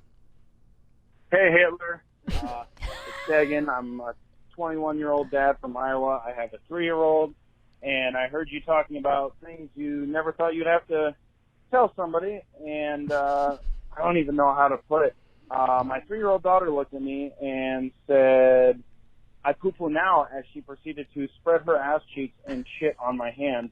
So I had to tell her that, you don't get to watch Lion King if you shit on my hand again. Because you watch Lion King every night. So Yeah. thanks, Mommy. Yeah, you have to. I had to tell my 2-year-old that this morning last night I was changing him and the diaper was open. And he goes, I poo-poo. And I go, no, you cannot poo-poo until the diaper is on you or we sit on the toilet. Like, you have to tell them that they can't just shit all over you. Yeah. Wow. It's really, I mean, it's so stupid, but you don't realize how much you have to teach humans. Like, you have to teach them everything about being a human. Like, the questions I get every single day, like, well, why do snakes... how do snakes breathe? I'm like, oh fuck, I guess they have nostrils. I don't know, like they do. Yeah, they have nostrils. Yeah. Where do they sleep? What do like just everything under your pillow? Yeah, I know. He would love that. He would fucking love it. Oh, thank you to everybody that wrote in about geckos. I was thinking of getting Ellis a leopard gecko. Did you ever do the reptile thing? We had frogs. Yeah, and yeah, I think that's it. We just had frogs. Yeah, and did you keep them in like an aquarium? And this is growing up. Oh, you mean as a kid? Oh, I used to just run in the woods and collect salamanders and keep them all day long. I used to collect snakes and put them in a jar and keep them for the day. But no, for my kids, for your kids, we had a pet frog. Oh, that's cool. Yeah, it's cool until you have to go to the pet store 8 times a week to get crickets. Not really 8 times a week, but you have to get live crickets for this frog. See, that's the one drawback with the leopard gecko is I don't want to be going to the store unless there's like a cricket delivery service that I don't think so. God, not to my knowledge. Damn it. Fuck all that. I ain't doing that. Yeah. All right. One more voicemail. There are other lizards you can buy that eat I think like freeze dried worms and stuff. I'm not familiar with what they are, but you could probably research. And then you can buy like a freeze dried worm kind of thing. Yeah, it's a lot easier than going to the store. Fuck that. Getting live crickets sucks. Yeah, I'm not doing it. All right. One more voicemail. Weird parent. Hey, Mommy Christina. This is Jen from Dallas, and I have a phrase I never thought would ever come out of my mouth. I have 2 girls, 4 years old and 20 months, and my 4-year-old still needs help wiping when she browns. So I have her bend over so I can complete this task, and her sister loves to come and inspect what's going on. So I have had to say, Josie, please stay out of your sister's butt. Oh. Yes. Thanks so much. Keep them high and tight. Love you, Jeans. All day, every day. I feel like with 2 boys, it's always like, Julian wants to see the poo-poo when I wipe him. Like, can I see it? I want to see the poo-poo. I want to see it. Like, yes, you can see your poo-poo. Do girls ask to see their poo-poo when you change them? I don't remember that, no. Both my boys. I want to see it. I want to see the poo-poo. I'm like, all right, dude. They're so into their shit. I wonder. Well, there is something developmental about them being fascinated with their shit. Yeah, as part of themselves. Yeah, that they're getting rid of. And sometimes kids are like, no, I don't want to get rid of it, or I need to see it. Yes. There's something developmental about that. Yeah, my shrink was saying it's also because you make such a big deal out of it. Go and poo-poo in the potty. Oh my God. And then they're like, well, this thing's so awesome. Why am I flushing it down? Everybody's so stoked about this. This must be worth something. Yeah. So they're actually kind of confused in the beginning. Totally. Yeah. And it is a part of them. So they're like, wait, why would I don't want to throw that away. I made that. That's something I worked on. We should actually gold plate it and put it on the shelf. I know. I would. I love my love. I keep everything from my kids. Did you ever do keep the baby stuff, keep the hair, keep the... Yeah, I do. I have buckets of it. And I keep thinking, what am I going to do with that? I'm never going to look at it again. But, they make something as so precious in the moment. Yeah. And then another moment comes along that's just as precious. And then you all of a sudden have 5 bins of precious stuff that you go, what am I going to do with that? I know. My sister-in-law, Annie, keeps saying, why don't you just take a picture of all of it? Yeah. But I can't do that. I can't get rid of the original whatever it is. I can't either because I think there's one piece of artwork I made from the time I was 4. And I'm like, oh, this is so cool that at least this one thing survived. Yeah, I got nothing. Yeah. Not one thing. Nothing. I know, but our kids are going to have every day of their life documented on the iPhone and all their artwork. And do you ever feel like that's a detriment? Yeah. I do a lot. Too much. Especially now that I have teenagers. And I just look at them sometimes and go, you just have no idea what I would have done to have had a mom who does what I do for you. I would have lost my mind. I probably would. What do you mean? Just simple stuff like this morning. I had to push to 9:30 because I have therapy from 8 to 9 on Thursdays. So, but they need to eat breakfast at 8:30. So I made breakfast. I got up early, made breakfast, put it all out in like a breakfast buffet so they could come and have whatever they wanted, yogurt, granola, eggs, bacon, whatever. And I looked at it and I was like, my mother would have never done this. But school started yesterday. So I did it yesterday, and I wanted them to have a good breakfast before school starts because, you know, I used to put them on a bus and they'd go to school. I was trying to kind of mark, here's the beginning of a day. Here's our routine. Smart. You're such a good None of mom. that would happen in my life. None of that. No. None of that. And But you're a good mom, and neither LeeAnn. one of them ate breakfast. Oh. And I was like, seriously? I just put all this out and you ate nothing? Yeah. I'll get it later. Oh, well, I guess I'll just put it all back in the fridge. Can I tell you that's like the rule with children? The meals that I spend, I made on Saturday, I spent an hour, like I hand made the meatballs. I made sure I steamed them and they were nice. And then I did egg pasta because it's healthier than regular. And then I did the veggies.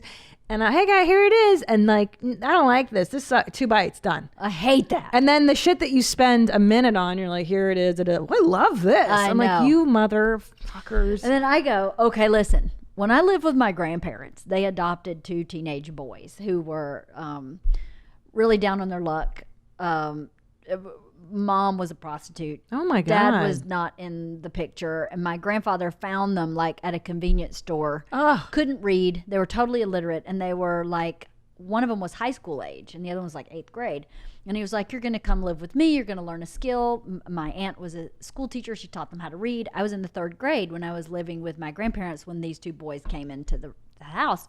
And my grandmother cooked for everybody, and you ate what was on the table. Yeah. And there was no complaint. And if you didn't want the peas, you just didn't take the peas. Just don't take the peas. But you don't say anything. And I remember being at the table with these 2 boys, and one of them going, I don't like anything. And my grandfather slapped him out of his chair like this.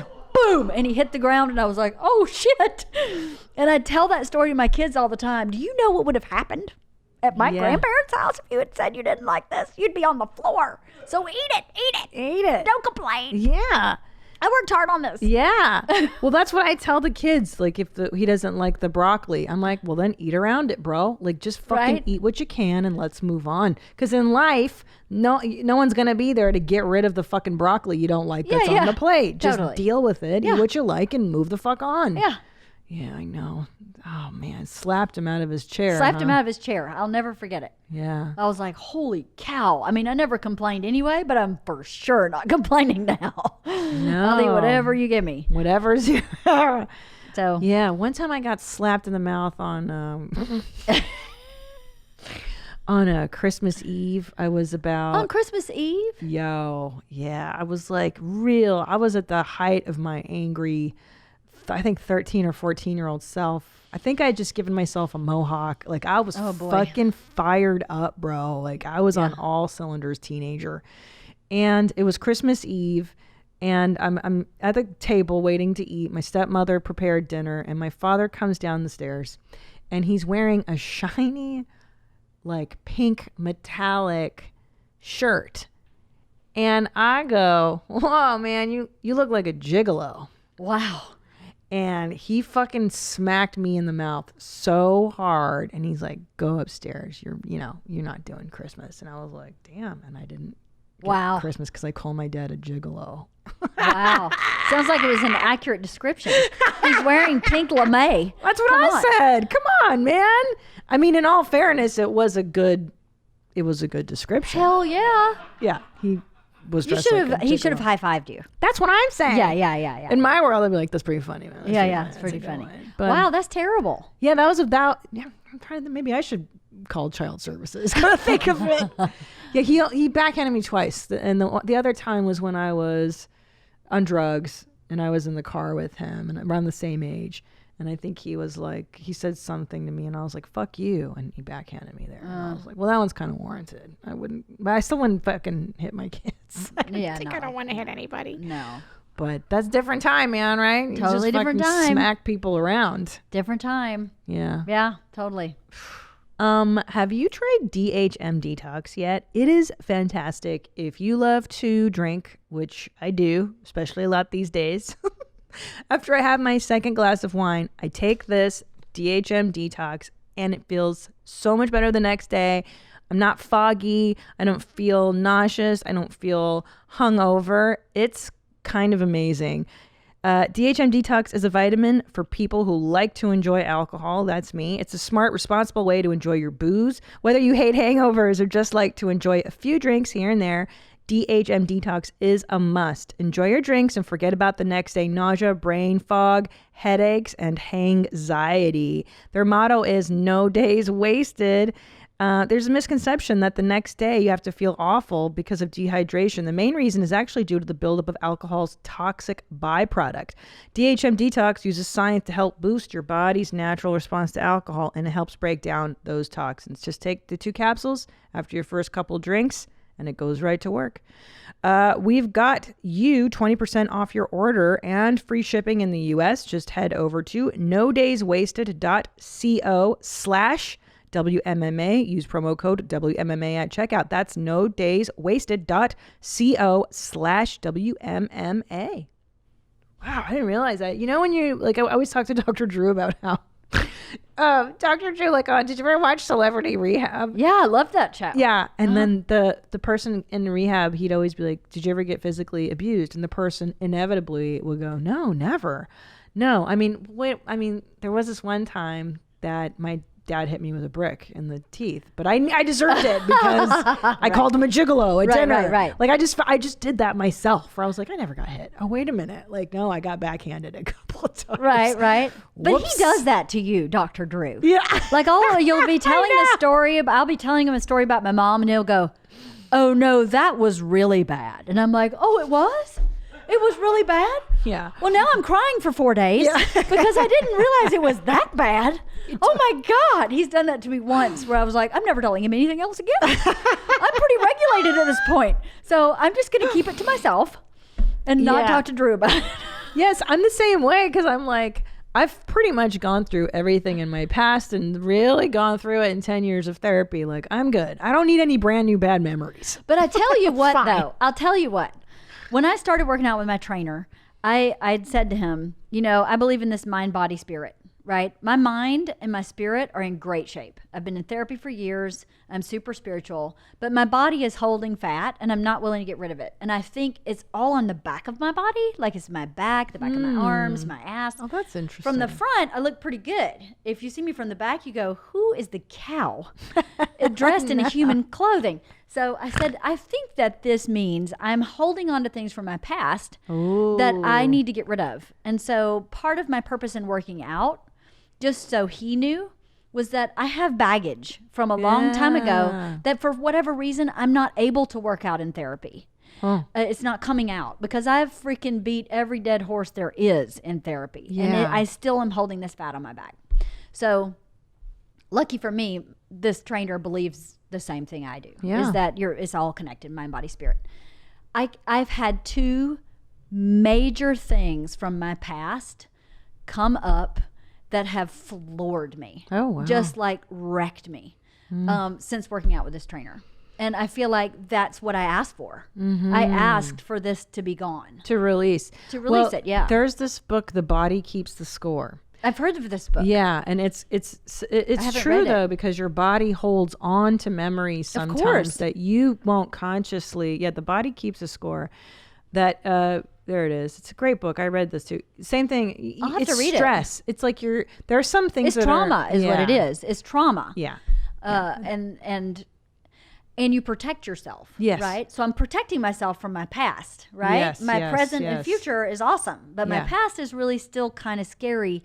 And I think a deep, like kind of visceral way, not a way I can necessarily articulate. Well, it's not an intellectual thing. Exactly. My shrink tells me that too, like, cause I don't know if you ever had dissociation, if you ever dissociate, or I don't you know have, what that means. It's like where you're so panicked, you have so much anxiety and panic that you will get out. You're not rationally thinking, and you're not in this time. It's like you're outside of your own body, and you're so disconnected that you can't connect with people. You can't connect with what's happening in the world. You're dissociated, like you're literally just on another fucking planet. And that happens when you're so. Sometimes like that can be they say triggered. I hate these words, but it can be triggered by something that's happening now, and the body will remember the trauma from back then even, and you'll start dissociating. And you're like, I know what you mean. I've had a physical dissociation. Like I decided at a certain age I was going to start taking vitamins again. My mother used to make me take about 21 vitamins a day and drink like niacin and all this shit. And I was like, oh, I'm past all that. I'm just going to take like a multivitamin, a vitamin C, and vitamin E or something like that. Took it in, threw it up. Didn't throw up any liquid. Didn't throw up. It was in my stomach and threw up 3 vitamins. I was like, oh my God. Yeah. What just happened? And my therapist said, the body. Your body was traumatized by. I used to hide from her because 21 vitamins for an 8-year-old That's terrible. is a lot. And she really believed, because she was in this kind of macrobiotic 100% plant-based diet. Yeah. Meditation. I'm on it. Yeah.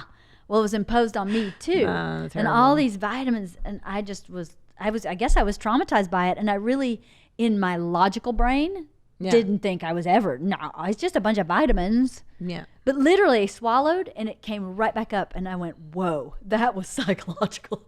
It wasn't even you doing it. No, it wasn't me. Your body was like, oh no, we remember this. Yep. This isn't going to happen again. I'm an adult. So that's like a physical disassociation. Yeah. Right? Where I had a physical. You have a visceral physical reaction. And so also, the memories get stored in your body. And that's why too, like you ever get depressed and like your body aches, like the body holds on to the emotion, to the anxiety.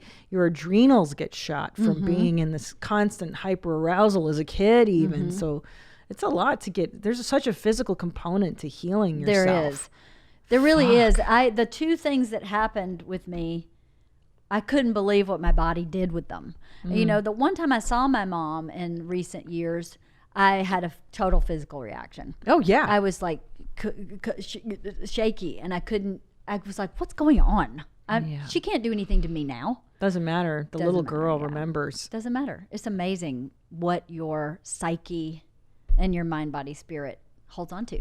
I know. And I've been working hard to get rid of all this stuff. And at a certain point, I was like, this is just trapped in my body. I just need to get it out. Yeah. I mean, the thing is, like, I don't think you get rid of, like, there's never an end. There's never, it's never getting rid of. It's just, I think it's just managing. And then and then it stops being so visceral. The reactions to things where you're like, okay, I've processed this enough that when it comes up, I go, oh yeah, I know what that is. All right, that's this memory. Oh, this is reminding me of this type of thing. Okay, well, we're just going to have a shitty day. And you just go like, today's a day where I'm going to be a little out of it. I might be a little depressed. I might be a little anxious, and tomorrow I'll be fine. Or I take a nap a lot. That helps. Naps are very healing. I sob. Oh, I can't do that. I can't even bring myself. Let it roll. I wish I could. One of these moments happened last week. Tell me. And I immediately start sobbing. I mean, just like body racking sobbing. And George is in the kitchen going, what's going on with Mom? And Bert explained to her what had just happened. And he said, go give your mom a hug. And Isla came in and he said, listen, Mom's going to be a mess today. It's okay. It's okay. Totally fine. Let her cry. My kids are older than yours. Yeah, your kids wouldn't understand it. Yeah. At your kid's age, I wouldn't have been able to do that. But as teenagers, you can go, Mom's passed. Yeah. You know what is going on. And it's so good for them to see you. Yes, that I can dealing sob. with it.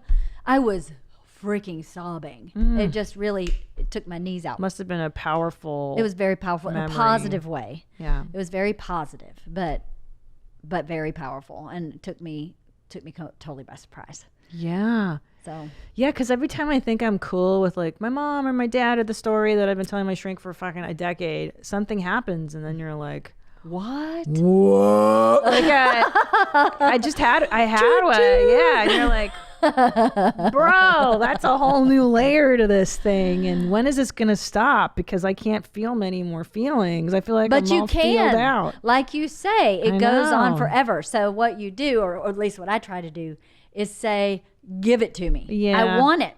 I want this trainer to just attack the back of my body and shake all that fat up, and let's get these emotions out. I agree with you. It never goes away. But I think what is trapped in your body is fear. Yeah. It's fear. Yeah. And so if you can get rid of the fear, you still have the incident or the experience. Yeah. And you can embrace maybe what you learned from that, or maybe how you can love yourself through that, if that seems pretty like, touchy-feely. But you know what I mean? You get rid of, you extract the fear, and then you just have the incident. Because I have the fear of feeling the feelings. Oh, I'm not afraid of my feelings at all. Oh, let me tell you, I have spent a whole lifetime running from those. I don't like the I want feelings. them. I'm like, give it to me, because if you don't feel... This is what Scott, that healer guy I worked with when I was young, he said, you have more sadness than any person I've ever met, and you're afraid of it. Until you embrace your sadness, you'll never move forward. Yeah. So you know how you embrace your sadness? How? Cry? Let yourself be sad. Yes. Well, be sad. And there's the thing, though, is I feel like I was sad for so much of my life. Like You don't want to be sad. I know. Like I was depressed from fucking the time I was conscious, maybe 4 until 28 when I meet Tom. You know what I'm saying? Yeah. And my life became, so it's for me to go back there, I'm like, oh, I was goth. I was literally goth for like 7 years. I felt like I really immersed but yeah, I know what you mean. You just have to embrace it and let the day be shitty. And let the day and let it move through you. The day usually isn't shitty. It's like an hour. Oh, see, that's what I think. And that's my shrink always tells me, is like, if you just surrender to it. Right. And it let goes. it take you, Yes. and then it goes through you. That's versus like, because I'm a resistor. I'm like, I'm just gonna fucking, But resistance is a great helper. Yeah, it is a tell me, great tell me, helper. tell me. Because if you resist, like I said before, am I resisting the flosser to not get married to Bert because there's a flosser on the floor? Now he's not showing up drunk every day. That resistance is that's bad. real. Yeah. But if you go, okay, I'm trying to move through this emotion, I'm resisting the emotion, that's actually where I need to go. Yeah. So if I go into that place I'm resisting, this will be over really fast. But if you resist it, it takes forever. It takes forever. It takes forever, decades sometimes. Oh, God. That's what Scott said to me, too. He was like, if you resist it and if you stick your big toe in, you're going to be dealing with sadness your whole life. Oh, yeah. You need to dive in and say, give me my sadness. I want it. Yeah. And then get Let it me out see of your it. body. Show it to me. Yeah. It takes a lot of courage. That's a lot of work that most people are not willing to do. It's a No, lot of work. and they don't have the space to do it. You know, I didn't have kids at the time. Yeah, I that's a was big single. one. I wasn't in a relationship. It's a lot easier to let all the, let your freak flag fly when the only person who sees it is you. Yeah. That's pretty easy. But to have young kids especially, I would imagine it would be too discombobulating for them. They wouldn't know what was going on. I can't go fully sob. I can go call my shrink and have a sesh and like I said, take care of myself that day that I'm going through something, but I cannot. Yeah. I feel like to lose total control. Oof. But that's a whole other episode. I mean, I feel like I'm in survival mode. I'm always surviving. I'm always hustling. I'm always moving. I don't know if that's ever gonna get out of me. What's wrong with that? Nothing. Nothing's a wrong fucking with that. thing, man. No, I'm a 'Cause- workhorse, man. I work hard from sun up to sundown, Yeah. and I'm proud of that. And some of that is avoidance. Oh yeah, You know? that helps you avoid those feelings. we're talking Totally. some of it is avoidance. I don't want to deal with that, so I'm just going to keep working. Yeah. But as long as you know that about yourself, and when Yeah. it becomes something as obvious as what happened with me last week, then you just stop everything and go, okay. Yeah, when it gets to the point where you're shaking and you're depressed for days and something's not right, that's different. No. Pause, deal with it. And Well, I think too this time in the world, it's so hard to know what's yours and what's the external world, because literally it's like, what the fuck is happening? I know. Everything is in chaos outside. So what is it? Am I reacting to the chaos that's outside that's activating the inside chaos from childhood? So there's like this constant activation. I can't take much more. I agree. We're in a weird overwhelming place. It is overwhelming, and it's scary because you can't predict your future in like a practical way. No. Like you can't even say, I can have a 50th birthday party when I turn 50. You can't, that seems really silly and minor, but if you can't predict, you just can't predict anything. It's so unsettling. It is unsettling. You can't even plan a vacation. You can't even plan when your kids are going to go back to school, if they're going to go back to school, and how, and blah, blah, blah, You can't blah, plan blah. to pay off your student loans. You can't Oh my plan to buy a God. house. You can't plan to get out of debt. You can't plan for anything. Can you imagine being a 20-something-year-old out of college right now, and this is the fucking world that I feel so like little baby Zolo here. He's one of our sweet lambs who works here, and I love him so much because he's so on top of it. He's such a good kid. But I was talking to him. I'm like, this is terrible for you. I feel terrible. This is the world that you're gonna start your young life in. Yeah. It's in fucking shambles, man. It is. In a real sense, because I think people, in our time, they would complain about the economy's in the dumper. George Bush is a real dick. This Persian Gulf War. I'll take that back. Yeah. I'll have that. This is real. This is real shit that I don't think Americans, we haven't seen this since the 60s and then the Great Depression. I think it's the Depression, yeah. So this is all, it's just so much. And I think we just, I don't know, I take it day by day, week by week. I focus on my family. I focus on the chitlins and the gratitude. And hey, today we're here and this is good. But for humans, it's very psychologically wearing to constantly not be able to plan. It's very to not taxing. be able to plan and not be able to congregate with other people in any capacity. To not be able to have a social network we are not built like that. No. We are social beings. So to be isolated is just, I think, really damaging. I mean, I see how it's affecting Isla. Isla she should not be in this pandemic.